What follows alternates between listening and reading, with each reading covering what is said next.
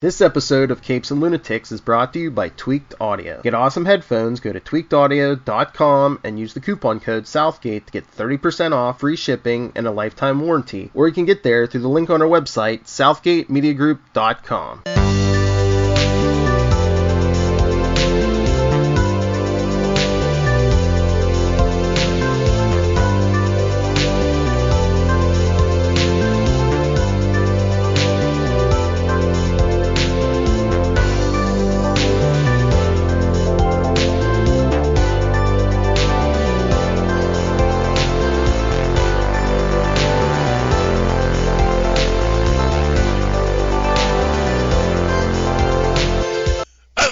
Hearties, and welcome once again to Full Stream Ahead.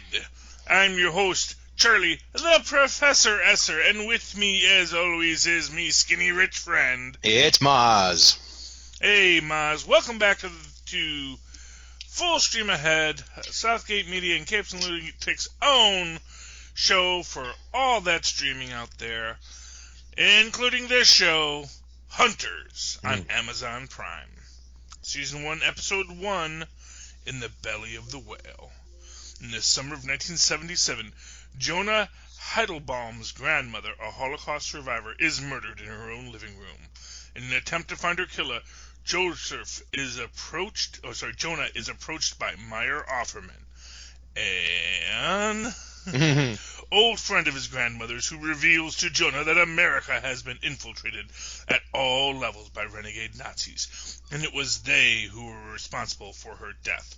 Once the truth is revealed to him, as well as some surprising facts about his grandmother's life, Jonah is recruited into a secret organization determined to root out the Nazi infiltrators wherever they are. Tonight's episode was directed by Alfonso Gomez-Rion. David Weil gets our created by credit, along with David Weil himself.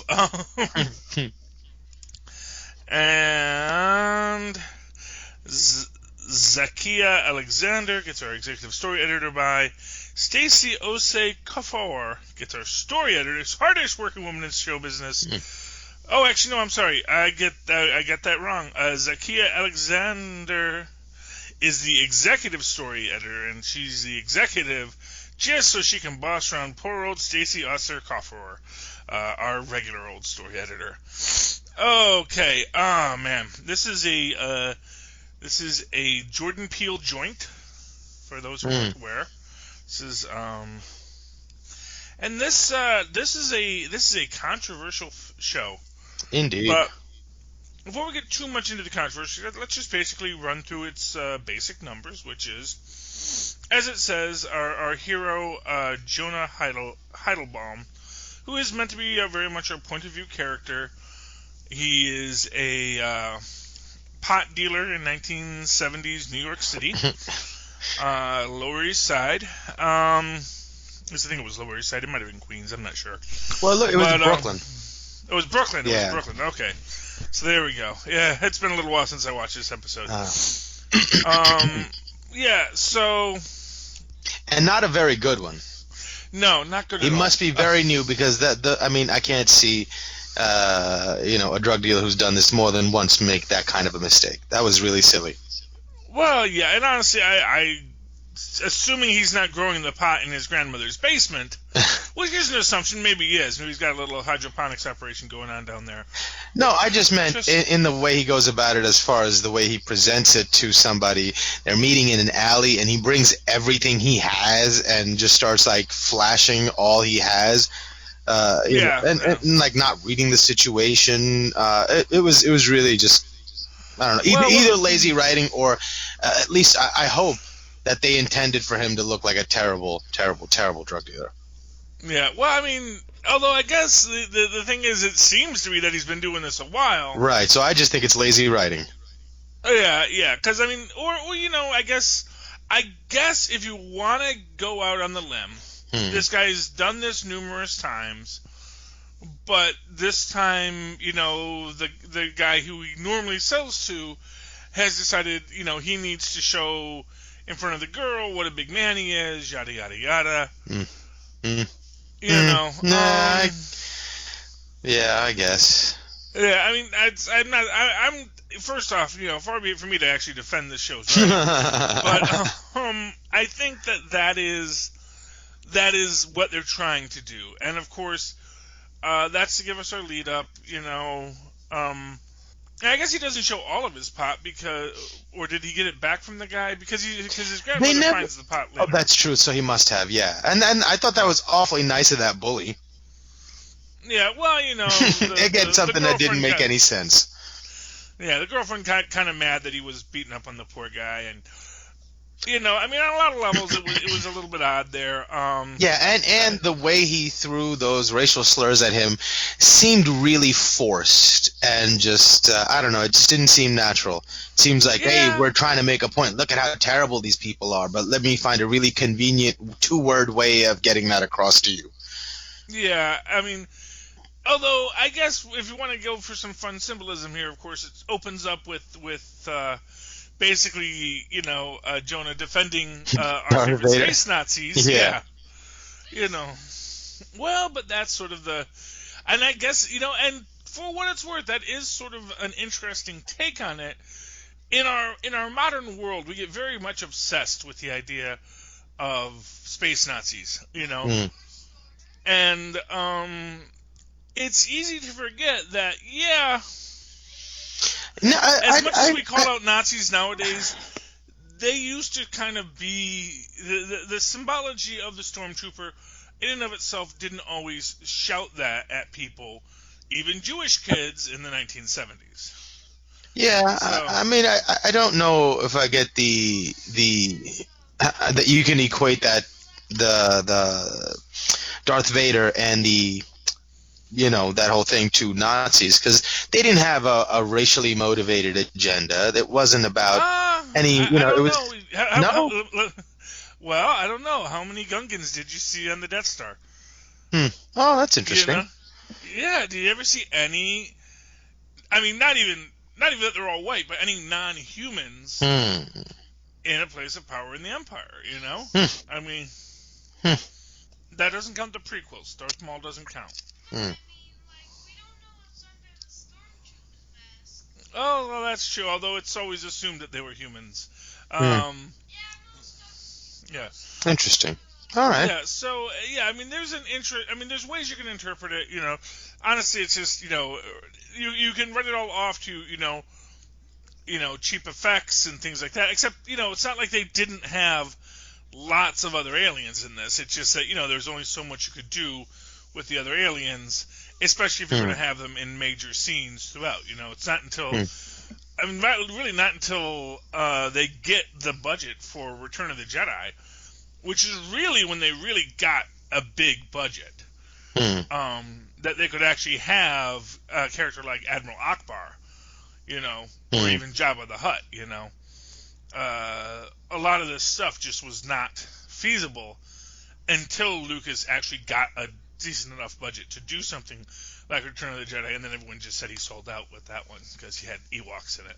So but actually, I am mistaken. That is not where this story starts. We're starting with Jonah.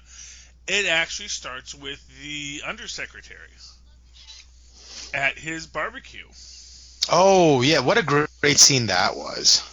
That really got me excited. Although even then, and that's the thing, it's like there was this almost surrealistic quality to this show. Absolutely.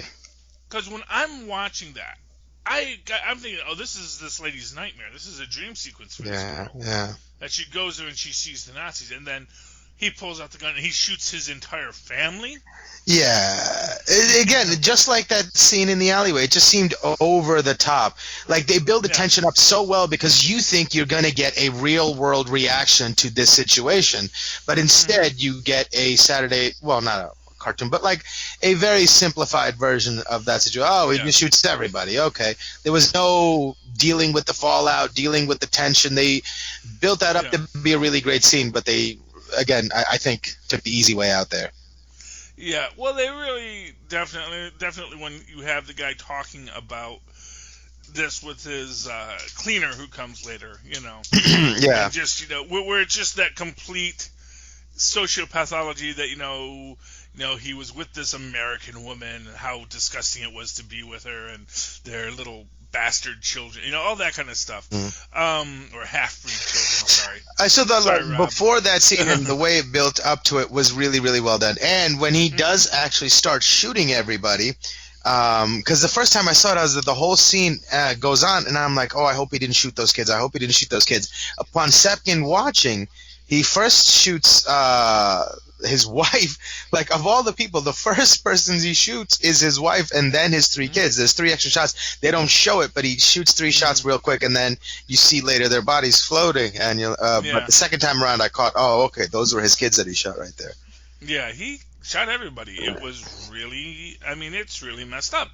But that's our introduction to this, and this is where it does run into its criticism, because to get into its criticism, there is where basically once we get the whole reveal of who Offerman is and what the stories he tells, they want to tell these stories about not, and it's one of these things where it is intentionally a Tarantinoized universe.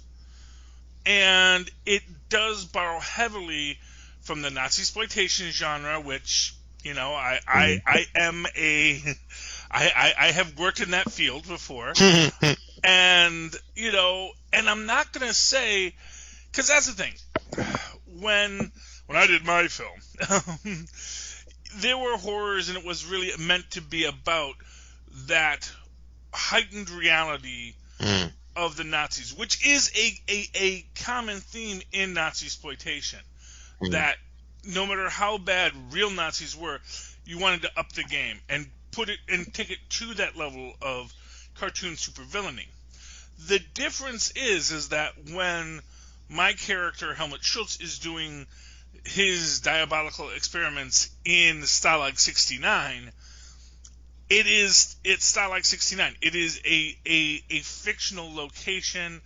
Ilsa She-Wolf of the SS, same kind of concept. It's creating this fictional universe within the horrors. Now, in this case, what they do instead is they take actual Auschwitz and they manufacture a horror there, the human chess game. Yeah. And I think, here's the thing. I think that they really could have gotten away with it. The idea of the chess match, all that kind of stuff.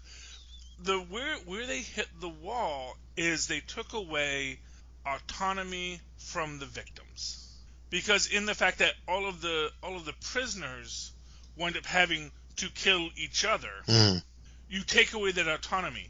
You add to that the fact that apparently people could sneak out of the camp to go figure out what was going on. Witness and it's like, you can't just sneak out of a concentration camp. Yeah, the part that bothered me about that was when I first saw it, I was like, wow, what an insanely horrible thing to do. And I was like, man, that's really terrible. And it really, I was like, moved by it. And then later I read that isn't something real that happened. That's something that they just made up. Yeah. And I was like, that really does a disservice to, like, because now you've injected fiction into it, and people will think other things that are talking about it, oh, they just made that up, so it's not a good thing to. So it just, and there's tons of actually horrible things that you could have chose from that they did that would have been more interesting and more moving and would make the violence more worthy or relevant, or deserved. But again, just laziness for, I have a cool idea. Wouldn't it be cool if the Nazis, it's I don't know. Yeah, and like I said, had they set it at a fictional camp, I think they could have gotten away with it. If it hadn't been Auschwitz, had they come up with, at the, the Messerschmitt's camp, gone into a different take on it, a different suggestion to say, this is just this is an insane horror that happened at another camp. I think they could have gotten away with it, but that they set it at a real camp, and to within this concept, there was a quality to this where the writers were aware that there was a difficulty in this. There's an issue where every number you see for the survivors are higher than the numbers that were ever on record as being issued at Auschwitz. I guess that's maybe to prevent the number from relating to a real person, you know? Exactly. Well, okay. That's why they did that. So they were aware, but they wanted to take it to this next level, and but I think you can do that in a lot of situations. But I think the Nazis, because there is this strain of Holocaust denial, it creates a real that if there weren't people out there saying the Holocaust never happened, I think you couldn't get away with it. So, like, for example, when you watch, any old Cold War films, and there's a lot of evil that Stalin and the Soviets did to their own people, but the fact of the matter is that no one is going to say, if you have them do something really crazy, if you have a really sociopathic KGB agent in it, no one's going to say, well, that's horrible, because no one's trying to say the KGB weren't horrible. There's no one out there saying, no, KGB were just misunderstood. It's pretty much well documented although who knows, maybe in the near future, maybe that might not be the case anymore, and, when you think of things like, the horrors that, honestly, when it comes to the horrors that Stalin actually did perpetrate on his own people, like the manufactured Ukrainian famine, and the horrors that came from that, anything you can say about that is good for people to know, even if you have to have a heightened reality to it. The thing with the Nazis is, there was a great line in an article I was reading on this regarding, this was in the Slate's review, where they make the point they were talking about the dentist who would do things that would make Mengele squirm. Like, why does he have to be worse than Mengele? If you wanted to introduce the fictional dentist, and to be fair, they didn't complain about that thing, because they knew, okay, once it's fictional, there is a space. But once you start saying this is the reality, that this is what this guy at this place did, and it's a falsehood, suddenly it becomes problematic for those whose job it is to prevent denial of the Holocaust. So, and it's a tone-deaf reality of it. And I think this is sort of shows the problem with streaming, especially this binge streaming situation. How so? Where, so essentially, this episode could have come out. We could have gotten the backlash. And then before the next episode dropped, there could be discussions at Amazon. It's like, okay, we kind of stepped in the wrong way. How do we want to fix this in the next thing? And obviously they can't reshoot the whole show, but they can start to look at what they might have done, how that came across poorly. It would also give them the chance to give a bolder announcement, like, even having a whole point at the start of this, the reality of the Holocaust is undeniable, but this is a story meant to show the heightened reality of a stylized world in a Tarantinoized universe. But it's almost like it only enters that stylized world when they choose to. The rest of it is done with like a modicum of honesty that it engrosses you in that way, and then all of a sudden you got to one scene, and all of a sudden it doesn't make sense. Like that guy shooting the darts at him. That's it just seemed like it was too self-indulgent for somebody who thought they had a really clever idea. Yeah, and that is, I do think that is where they had a problem with this. I know, and not for nothing, I'm just going to say this. I think the first episode goes on too long anyway. It's an hour and a half of an episode, and that is a lot. And I think to get shorter as time goes on, but it's like that's a lot of content to shove into it. And if you're going to make people watch that much content on a streaming show, because if you're going to put a 2-hour movie on there, I can go watch a 2-hour movie. But if you're going to put that much content in there, you better make sure that this is all content that people are going to be able to enjoy and embrace, and you got to think around what problems might show up later. But like I said, I think that if they had the opportunity to pause before they went to the next episode, they might have been able to solve some of these problems, but they didn't, and it's all out there. And then their only option was really to defend it, and I think the problem then is that it's like, anytime you try to defend what is essentially the indefensible, it's like, you can't, and there was that great, if you watch the Las Vegas debate, and Bloomberg is having a very poor time up there, and he says, "Oh, none of the very few of the non-disclosure agreements involve me. Mostly they were just people who said who didn't like the jokes I told." And it's like, you're not helping your case, right? You still don't get it. Yeah, well, it's like when Mitt Romney said, "Oh, we got binders full of women." We had to find women. We couldn't find qualified women, so I said, "Get me a binder full of women," and still didn't hire them. So it's like, it doesn't help your case if you're trying to defend something that really isn't defensible from its own perspective. That you have to build beyond that. But to that extent, I mean, also in kind of a culmination to this episode, we find out that the toy store owner, who is, we believe, the person who killed the grandmother, that's definitely what they imply, right, was also the commandant who set up the human chess game and all this kind of stuff, and gets his comeuppance at the end. And then we get our big reveal that, Myra Offerman, who is a very rich man, is funding his own group of, Nazi hunters. And again, within that concept of reality, there were Nazi hunters. There were very, very violent Nazi hunters after the war. Wow.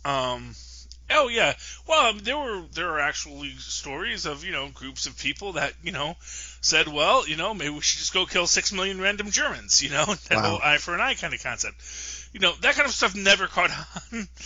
But the reality is, people that had experienced this kind of intense trauma certainly would feel justified, just like every terrorist today, you drop a bomb on someone, they're going to feel justified to drop a bomb back on you, Yeah. And then it goes to an eye for an eye and the whole world is left blind.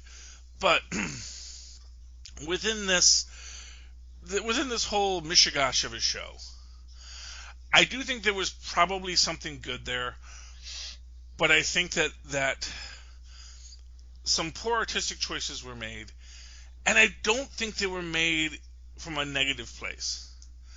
I think they were made from a place of, we really want to have this fictional narrative, this fictional universe.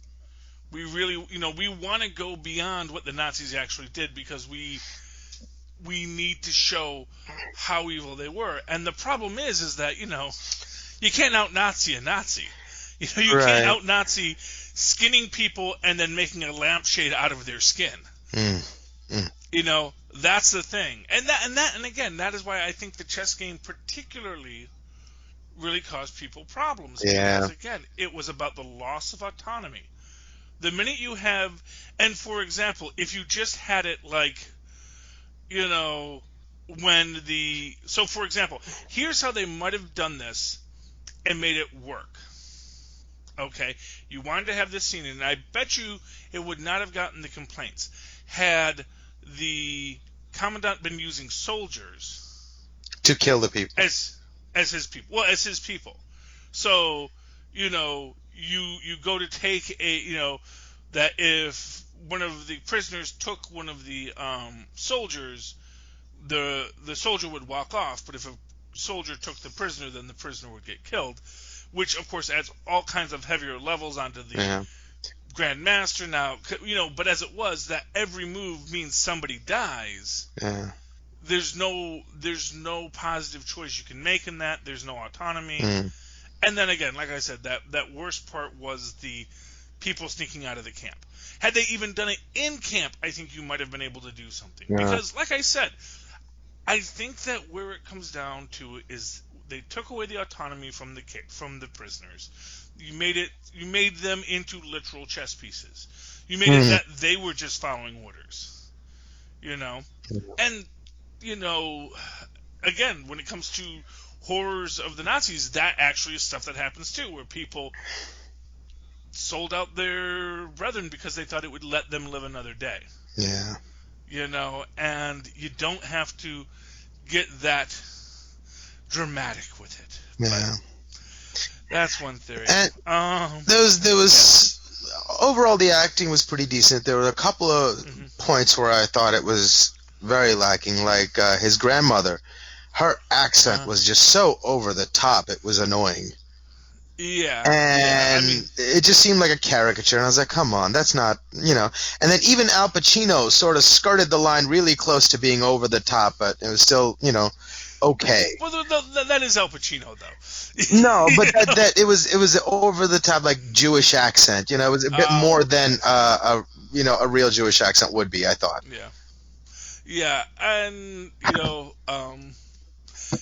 will say this. I did read like what the big spoiler reveal is, and there are reasons for some things, but it's okay, interesting. Yeah, the thing is, there's a part of me that would really like to see how this show ends. Yeah. There's another part of me that would like to just say, you know what? Not every show that we review here, that we see the first episode of, do we have to watch the whole series? Yeah. And so I am in this spot where I'm thinking, you know what, maybe this isn't the right series for us to review. That it's, that there's going to be, that as it goes on, there may be more that annoys us than makes us happy. Very much so, I think.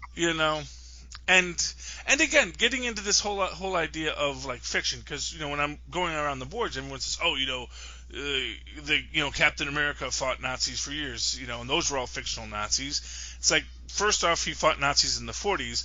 Pretty much since the 40s, he's always fought some fictionalized version of them, even when he actually fights, the reincarnation of Hitler, which he does on a regular basis. Because that's the hate monger, is the reincarnation of Hitler, or is he a clone of Hitler? No. They keep on cloning Hitler repeatedly in Marvel Comics. Oh, wow. Yeah, Hitler's is an ongoing character in Marvel Comics, which is one of the reasons why people got upset, because there was, during... when the Winter Soldier came back, Bucky came back. And this was during the Dark Reign, and Clint Barton is talking about killing Osborn, and he says, well, wouldn't you kill Hitler? And Bucky says, actually, no, I did kill Hitler. It's very satisfying to do. It's one of my favorite hobbies. Well, but the thing is people got upset because they said, oh, everyone knows that the Human Torch killed Hitler, which is canon. The Human Torch did kill Hitler in Marvel Comics, but he killed the first Hitler. And then we see a few years, then after that, we see when we first find out about Hitler being cloned repeatedly. That's in a Fantastic Four issue where someone off screen shoots Hitler. And then I actually put out this thing, well, how do we know that, the Russians didn't send the Winter Soldier? And that's who killed Hitler in that scene.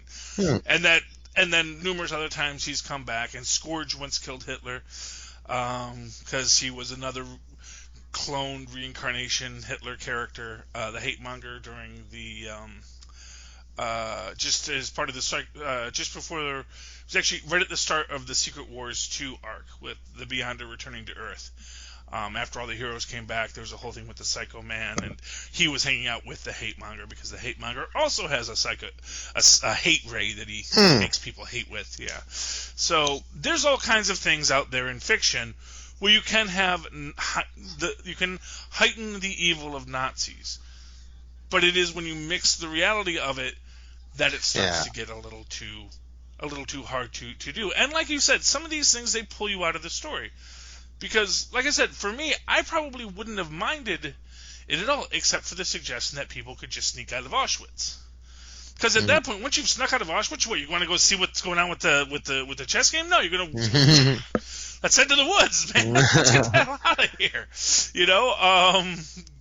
The guards and the commandants have left for some reason. Let's all go. Yeah, right, really. Because you got to imagine that they probably had to have a good number of guards there to keep everyone in line. It's like, anyway. But yeah, but things like that, things like the drug deal at the start, it pulls you out of it. Yeah. That the grandma who's supposed to be a big Nazi killer isn't sleeping with a gun under her bed. Or just isn't always armed. I mean that's a weird thing to me. It's like, because you're used to seeing anybody who's like killed a lot of people in fiction, at least, always has a gun or a knife. Yeah. And I think that would have been a better story if you have her kill the guy, he stumbles upon that, and that's his introduction to the story. Yeah. That, I think, would have been a better way to handle it, because also then it doesn't fridge the grandma. Because I think fridging the grandma was maybe a big mistake too. Yeah. One bright spot in the show, I must say, is the Nazi assassin. Oh, yes. That guy was just so intensely creepy in just the most subtle gestures and expressions. And the way he walks up to the bowling alley worker and just says nines until he gets what he wants, and the way he intimidates the senator, and the way he beats him up with the bowling ball, and so calm the whole time. I thought that is a really, really well done character, and really well played and acted character right there. Yeah, he was. And honestly, I think there's another thing, because he's a fictional Nazi. And you want to talk about a Nazi conspiracy. That's the thing. I think anything that they could have done with the Nazis in 1977, nobody would have blinked.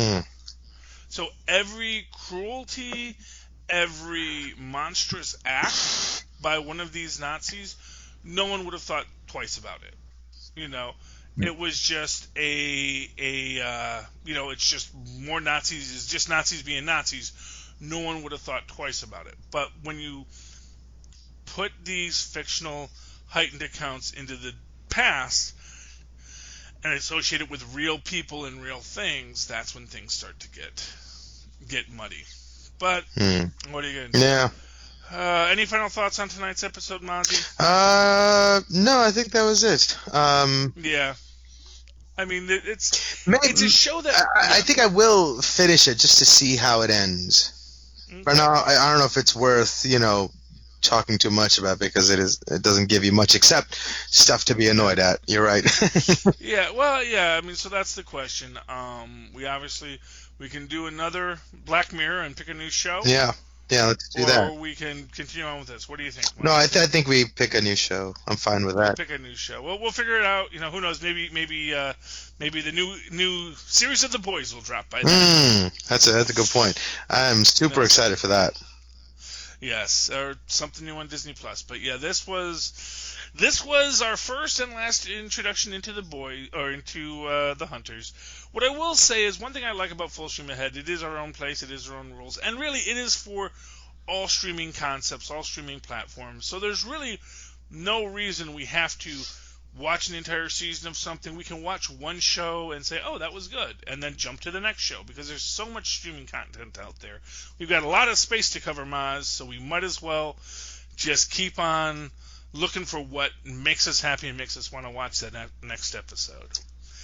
I dig it. Okay. So, next week we'll be back with another episode of Black Mirror. Hope you've all enjoyed this episode. And if people would like to write to you, Mozz, tell you that you're wrong about this or that, and we should go back to this, it's a really great show. Or they say, you know what, Mozz, you're 100% right. It's all the little things that undo the entire tapestry. How can they find you? Oh, they can email me at mozzmanzor@gmail.com, or find me on Facebook under Mozz Manzor. That's MOZZMANZOOR.